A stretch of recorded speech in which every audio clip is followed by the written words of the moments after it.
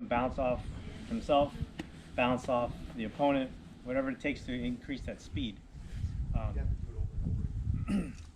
And the influence of that is from the Kempo side of FCS. Before he redeveloped FCS, he got in touch with a couple of Kempo guys, including myself and the higher ranks with Ron Boswell, my older Kempo instructor as well, Larry Kongaika, and we worked with Tonari for a little bit, and to help redevelop, or actually he wanted to keep progressing FCS. All right, so now how I would use this in application would be, you know, if we're talking about on defense and how this thing bounces. Okay. So if I did it off his strike first, you know what I mean? So I'm gonna start off whether I do any other Wing Chun practitioners or any other type of other martial arts other than Krav and JKD. Okay, so obviously there's ways that we can go off, you know, what we also call a bracing angle from here, right? And you can see where you can just launch it from there. So JKD guys are used to that, Wing Chun guys are used to that. So if this big dude like Sergio is probably not gonna come with a straight punch, to be honest. He's gonna come in with the freaking just a whop, knock my head off. Okay, so if he's coming in stage, this is a wild right, you know, bang. Okay, so right from there, if I start off from here, okay, first of all, where to hit on this arm, okay, is what it hits. So once it goes from here, yeah, it doesn't feel good enough. So, but now, bounces off. Okay, it's similar, same thing as this. But all I'm gonna do is, as soon as this part hits, as he hits, boom, there's my hit. This is from here, and bounces off right away. Okay, so say this does get touched, but it doesn't get hit completely because he checks it, right? So I don't get my full strike in there. So now this is where the checks actually starts to come in from here. So there's, instead of doing, just to get the idea, these are all embryonic portions of this drill. When we start putting application, it becomes mechanical, okay? And then once it gets mechanical, now it becomes spontaneous, okay? So again, so now he checks that, bam, there's where we come in with our suits, boom, and it comes in, okay? So it ends up being 1, boom, from there, 2.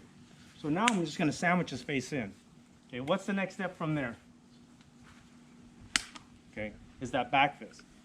Okay, boom, I sandwich it. What happens when your face gets sandwiched?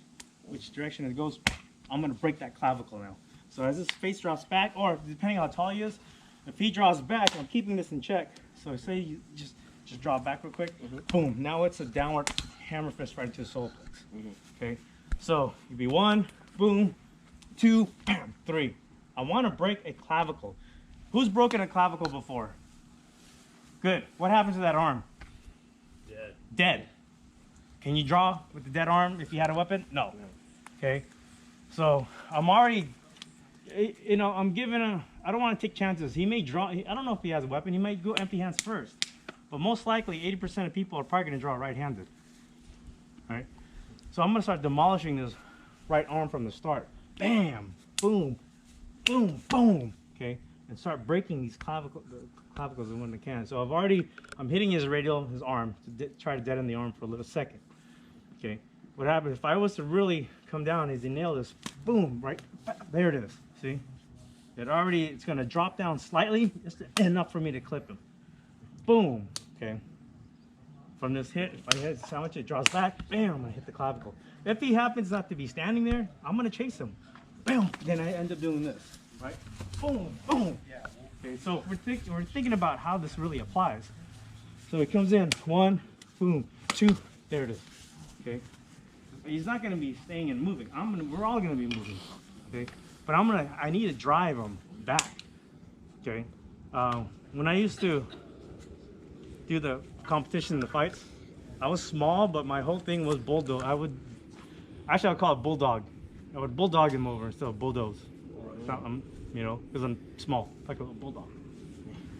Okay, so even though we would fight, I was always applying forward pressure on this guy. Okay. So slowly when we're doing this, add a little sting. You don't have to pound it. Just add a little sting to it. So he feels, okay, he punches, boom. What I'm doing is I'm hitting right at this radial here, the pocket, right below the pocket. Okay. Now, if you guys know the other mano form, okay, then you know where this actually, boom, goes back to the hit, right? Because the hit, then it has this kick, okay. So if I'm keeping my distance, bam, boom, and then it comes with the kick as I stretch right forward. Or Muay Thai guys, it's as simple as this. Pow, back. Kempo guys, simple as that. Okay, as soon as I hit, boom. Okay, hit this arm, bam, there's the kick. What does the kick, the form the kick do? Where does the head go? Kicking the groin, go ahead and slowly. Right into it.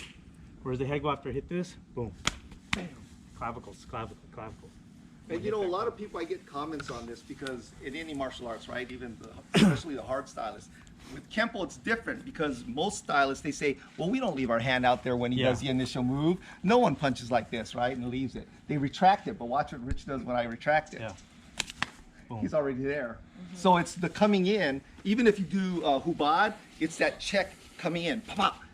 That's what catches it. So if you want to practice these, practice retracting the hand. Practice as a jab, as pulling the hand in. You should follow the hand in because that's already coming in, right? So don't think that it's static punch, do your thing. It's punch, bam, boom.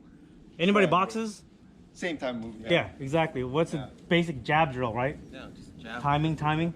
Yeah. You counter jab as soon as or either before or as soon as he starts to retract that jab back, you should throw that jab. You don't wait till anything. You don't wait.